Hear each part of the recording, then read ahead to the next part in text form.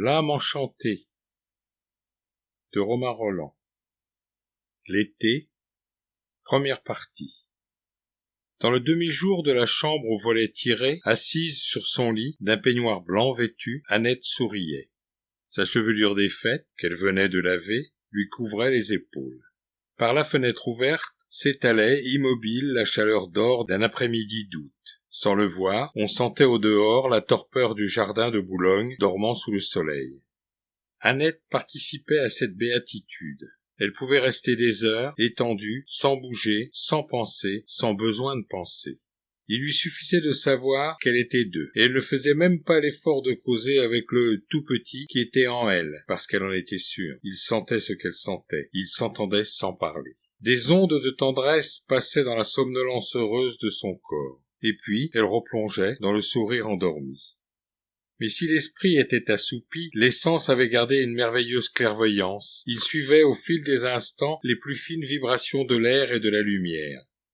Une suave odeur de fraises dans le jardin.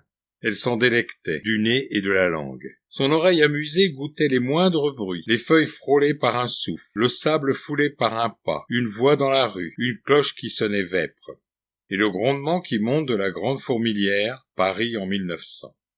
L'été de l'exposition. Dans la cuve du Champ de Mars fermentaient au soleil des milliers de grappes humaines. Assez loin, assez près du monstrueux bouillonnement pour sentir sa présence et pour être protégée, Annette jouissait, par contraste, de l'ombre et de la paix du nid. Vaines agitations, la vérité habite en moi. Son ouïe, subtile et distraite comme celle d'un chat, happait l'un après l'autre tous les bruits qui passaient et paresseusement les laissait retomber. Elle saisit à l'étage au-dessous le timbre de la porte d'entrée et reconnut les petits pas de Sylvie, toujours courante. Annette eût mieux rester seule, mais elle était si solidement installée dans sa félicité que, n'importe qui viendrait, rien ne pourrait la troubler. Il y avait 8 jours seulement que Sylvie était avertie. Depuis le printemps dernier, elle était restée sans nouvelles de sa sœur.